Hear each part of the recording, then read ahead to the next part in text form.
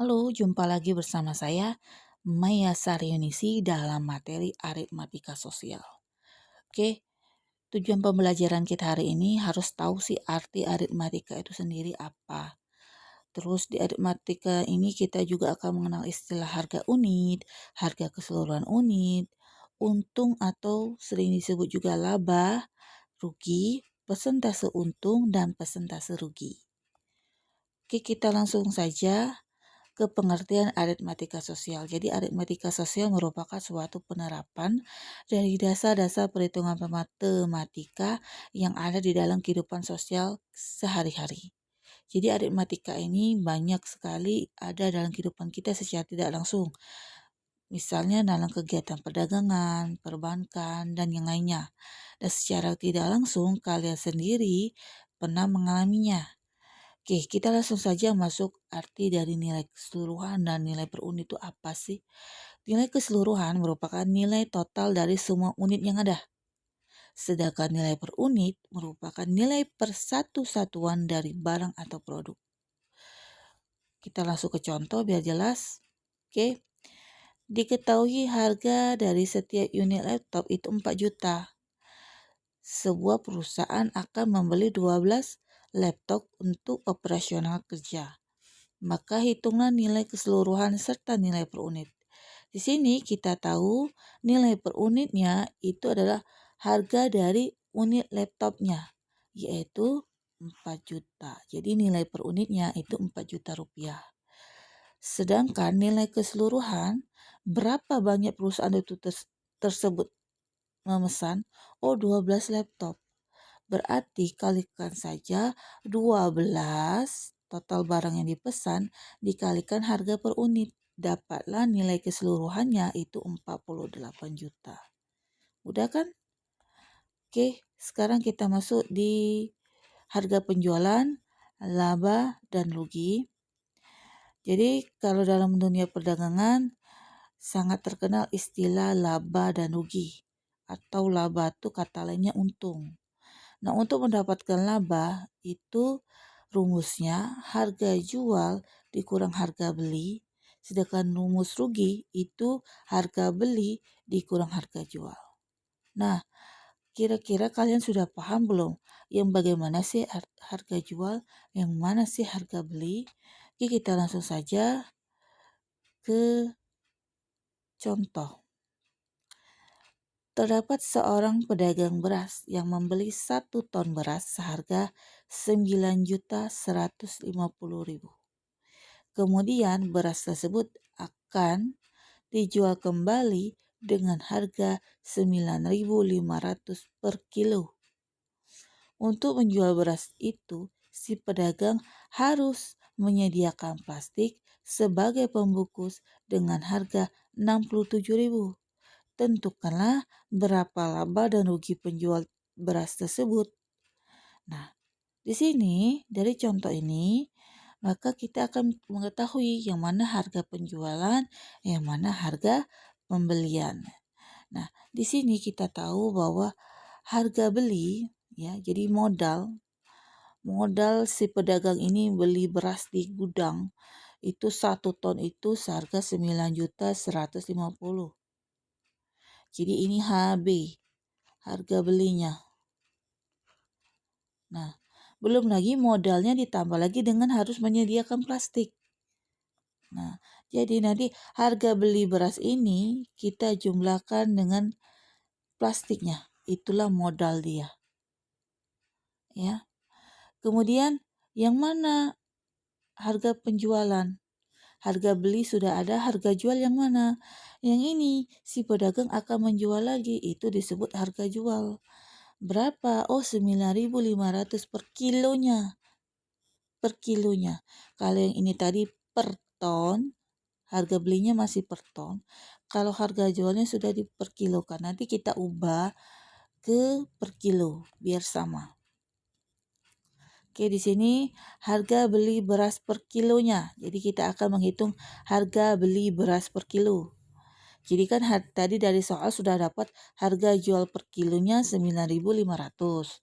Sekarang kita hitung bagaimana mendapatkan harga beli beras per kilo. Jadi harga beli beras itu kita tahu bahwa si pedagang membeli beras 1 ton ya, 1 ton itu 9.150.000 ya. Kita tahu bahwa 1 ton itu sama dengan 1.000 kilo. Nanti kita bagi dengan 1.000 ya berarti untuk ubah ke kilo dari ton ke kilo.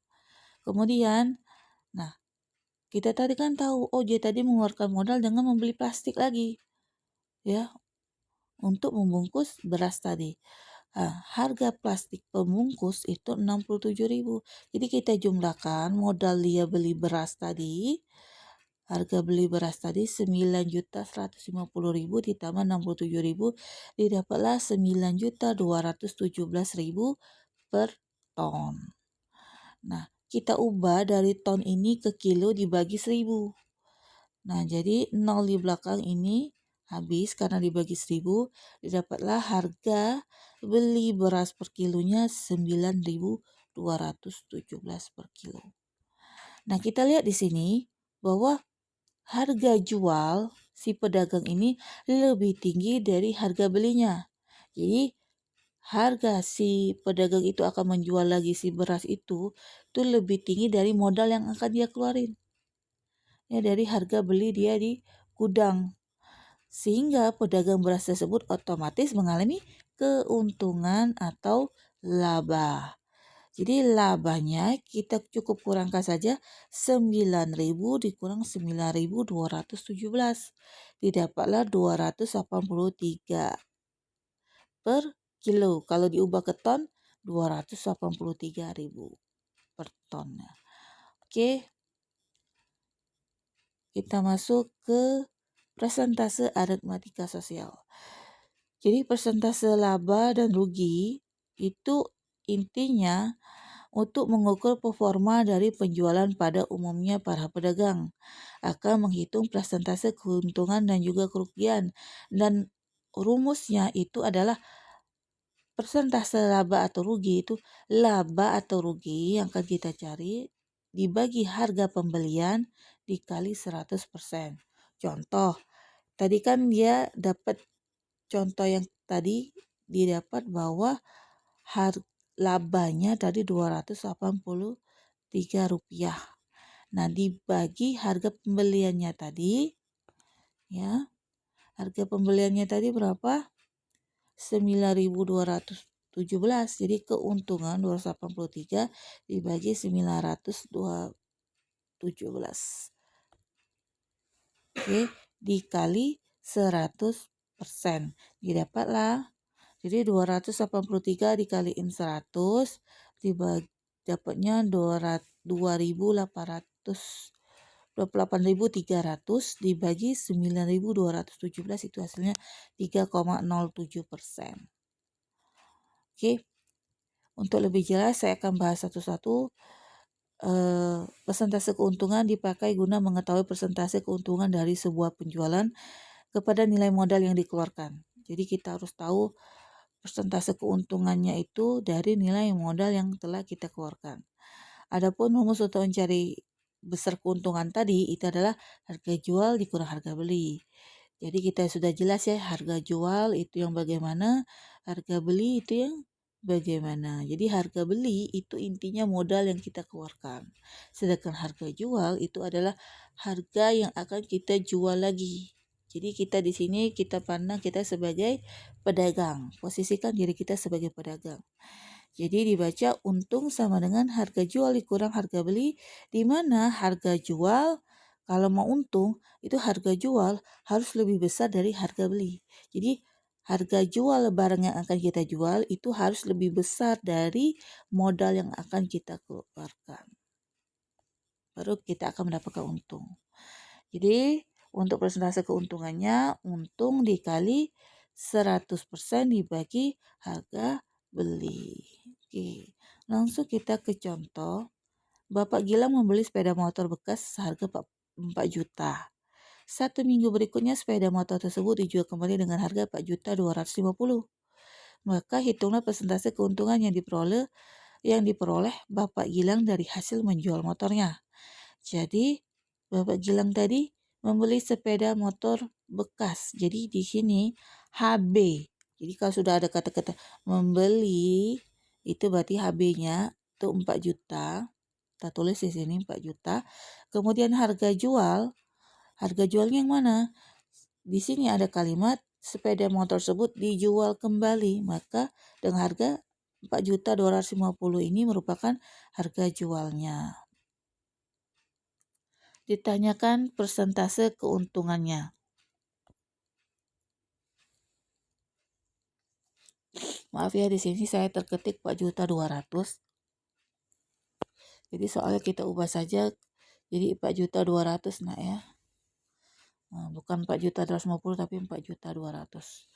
Oke. Untuk mencari persentase keuntungan mudah, kita cari dulu untungnya karena di sini kita belum tahu untungnya berapa. Ya, untungnya berapa Pak Gilang ini. Jadi cara mencari untung yaitu harga jual dikurang harga beli. Karena kita sudah lihat di sini, bahwa harga jual itu lebih besar dari harga beli, otomatis untung. Jadi harga jual lebih besar dari modal yang kita keluarkan. 4.200.000 dikurang 4 juta. Dapatlah untungnya 200.000 Bapak Gilang nih jualan motor. Nah, sehingga persentase keuntungannya 200.000 dikali ke 100% baru dibagi 4 juta. Nah, 200.000 dikali ke 100% itu didapatlah 20 juta. Dibagi 4 juta dapatlah persentase keuntungannya itu 5%. Sehingga persentase keuntungannya yang diperoleh Bapak Gilang dari hasil menjual motornya adalah sebesar 5%. Nah, dapat untung Bapak Gilang ya. Oke. Masuk ke persentase kerugian. Jadi di sini yang namanya rugi ya, otomatis modalnya itu lebih besar dari harga jual. Jadi kita mengalami kerugian. Nah, untuk mencari persentasenya tadi ialah rugi dikalikan 100% dibagi harga beli. Contoh ya, Pak Putra membeli sebuah mobil bekas dengan harga 40 juta.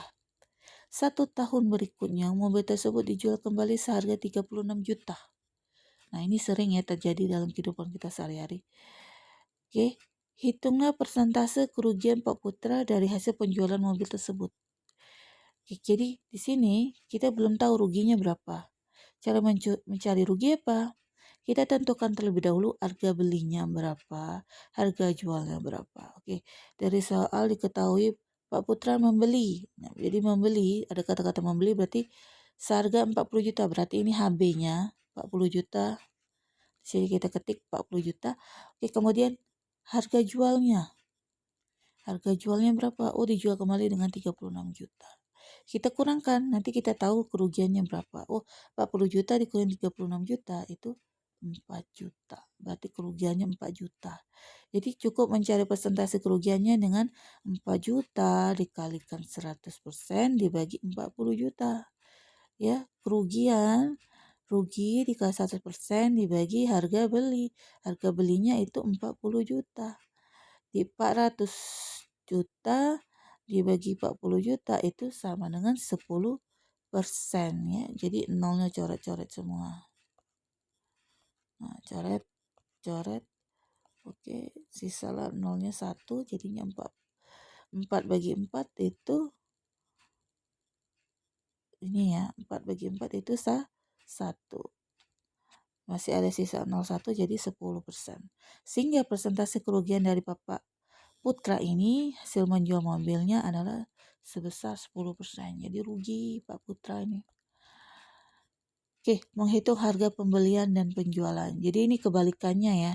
Kalau tadi kita mencari persentase dari keuntungan dan kerugian, bagaimana kalau ketemu soalnya, misalnya kita sudah tahu, sekian persen keuntungannya, tapi kita tidak tahu harga penjualannya, ya. Tiba-tiba kita sudah tahu keuntungannya sekian persen atau kerugiannya sekian persen. Nah, oke, langsung saja ke contoh soal. Pak Setiawan menjual rumah dengan keuntungan sebesar 15%. Pada mulanya Pak Setiawan membeli rumah tersebut dengan harga 300 juta. Maka hitung harga penjualannya. Nah, di sini kita sudah tahu bahwa di sini diketahui bahwa persentase keuntungannya atau labanya itu 15%. Kemudian Pak Setiawan membeli rumah berarti harga beli sudah ada. HB-nya sudah ada 300 juta. Oke. Jadi tadi rumusnya apa untuk mencari persentase laba? Untung dibagi harga pembelian dikali 100%. Jadi untuk mendapatkan harga penjualan, kita harus tahu dulu. Kita harus ingat dulu bahwa untuk mencari untung, ya, itu diperlukan harga penjualan. Nih, harga penjualan dikurang harga pembelian. Jadi kita harus cari dulu untungnya berapa. Karena yang diketahui hanya persentase keuntungannya. Oke, kita masukkan ke rumus 15% sama dengan untung dibagi 300 juta dikali 100%. Oke, kita beralih ke sini, maka untung sama dengan, jadi kita ubah arah ya, karena untung yang kita akan cari.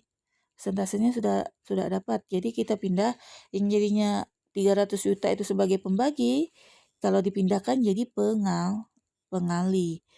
Sedangkan si 100% yang tadinya jadi pengali itu berubah menjadi pembagi. Jadi 15% dikali 300 juta dibagi 100 dapatnya 45 juta. Jadi Joni Bapak ini untungnya 45 juta dari menjual rumah tadi 45 juta. Nah, dari 45 juta ini kita sudah tahu, oh untungnya Bapak tadi 45 juta, kita bisa langsung dapat harga penjualannya dengan cara apa? Jadi untung ditambah modal Bapak tadi beli rumah tadi berapa? Oh 300 juta. Jadi 45 juta ditambah 300 juta dapatlah 345 juta.